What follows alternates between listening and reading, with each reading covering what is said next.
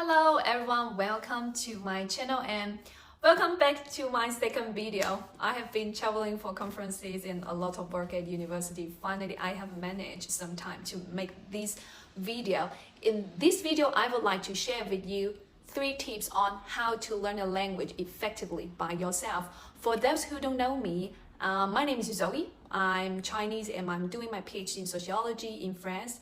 To be honest, I'm not a linguist, but I'm just passionate about languages. In my first video, I speak in 7 languages to talk about my language journey. If you haven't watched it and you are interested in my story, you can check out the link here somewhere. Don't know where I'm gonna put. Okay, so Chinese is my mother tongue. English is my second foreign language. I have learned other languages over the past 6 years. French, German, Standard Arabic, Egyptian dialect, Syrian dialect, Turkish and Persian. Learning a language is not just about taking lessons. It's more about knowing how to make a good plan, how to stay motivated, and how to practice effectively and intelligently and make sure you invest those hours in the most effective way possible. So whether you are in the language school or learning on your own, I have to say that learning a language depends mainly on your own efforts. Even if you live in a country and take intensive lessons, if you don't study on your own, digest what you have learned, or look for opportunities to talk to people, you will not make any progress. During my language journey, I have tried many methods. Some worked for me, some didn't. It depends on your learning style, your personality, and your mother tongue, but I still try to give you 3 tips that I find very important and useful for all situations and levels. Of course, they are all based on my experience. I hope they will be inspiring for you. So the first tip, make a reasonable plan for yourself. Everyone has a dream, a goal, or an idea to learn something. I want to learn a new language. I want to improve my English. But what's the plan? How to make a plan? Or just how do I get started? If you are a beginner and you know nothing about this language, I suggest you get an overview of the basic grammar and vocabulary with the structured book, an audio or video course, or an application like Duolingo. I would advise you not to use too many different materials at the same time, as you will get confused and won't have the energy to review and digest them all. But you can always watch movies or listen to songs to keep your interest. Next step, if you want to make more progress, it's important to deconstruct skills such as listening, speaking, writing, and reading. Ask yourself, what are the parts of the skill that would actually help you to get the result you want? You can practice those first to improve your performance in the least amount of time. For different languages, for example, me, I'm learning, I have different goals and strategies. For example, my goal of learning Turkish, I can speak fluently with people during my trip, so speaking and listening is more important for me. So after some basic lessons, I started to focus more on pronunciation, talking about everyday life, conversation in a cafe or restaurant situation. So I started first the vocabulary that I think is most useful for this kind of a situation. Another good method is writing diary to talk about my routine in different tense to practice verb conjugation. When I woke up, what I ate for breakfast, what I'm doing now, what I'm going to do later. For Arabic, doing interviews in Arabic and understanding the news because it is related to my thesis research. So listening is the priority. I do a lot of exercise like watching series, celebrity interviews on YouTube, listening to podcasts. When I was in an Arab country, I listened to everything. People in the streets, in the shops, conversations between friends. This doesn't mean I don't study other things. I just want to tell you how to prioritize your time and energy to get the best result. So make a reasonable plan with different steps depending on your situation and set a goal for each step. You don't need to copy other people's plan. If you can only devote like 2 hours a week to learning a language, you don't need to compare yourself to someone who started 3 or 4 hours a day and getting stressed and frustrated, but rather try to figure out how to maximize the effect you get from those 2 hours. The second tip, do it less but do it regularly. Yes, I'm talking about discipline. Make it your routine, even if it's only 15 or 30 minutes a day. Starting regularly can help your brain get used to a language. If you are a beginner, it doesn't matter if you learn with a book or an application like Duolingo or anything. You can have thousands of ways to learn a language. The most important thing is consistency. Every day or every 2 days, a lesson, a little bit of grammar, pronunciation, and vocabulary, and later you can expand it and increase the study time.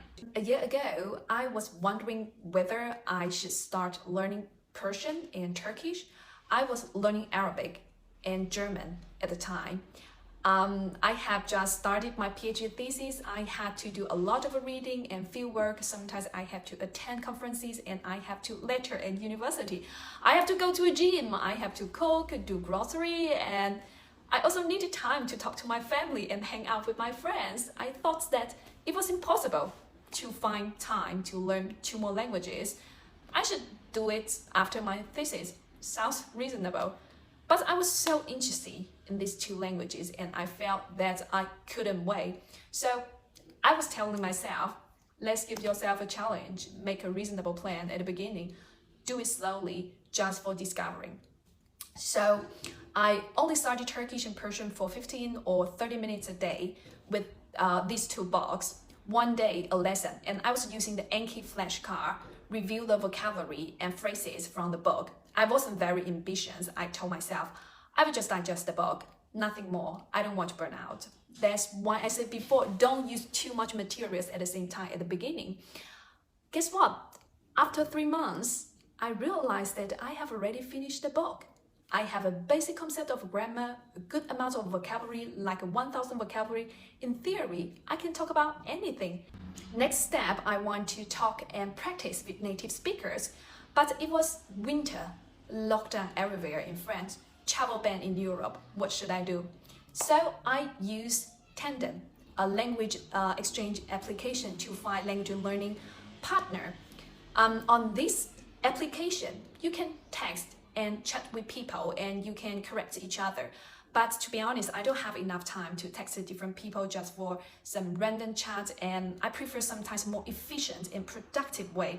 So I always text someone who looks serious and ask if they want to study together regularly by video call. So we practice like 2 or 3 times a week.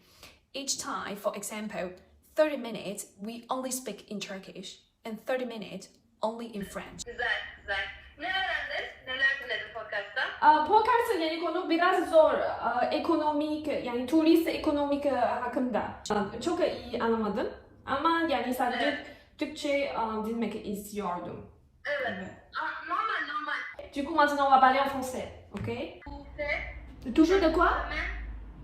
I mean, like assignment, devoir, something like that. Des examens? Examen et like assignment. Ah, devoir. Devoir. Devoir. J'ai beaucoup de devoirs. Oui. Oui, c'est le problème pour moi. Do it less, but do it with more focus. Do you have this experience like you are reading a book? After 30 minutes, you are still on the same page and you have no idea what you have read because you are distracted. So those 30 minutes are ineffective. You have learned basically nothing. It's the same if you are watching something or listening to something running in the background.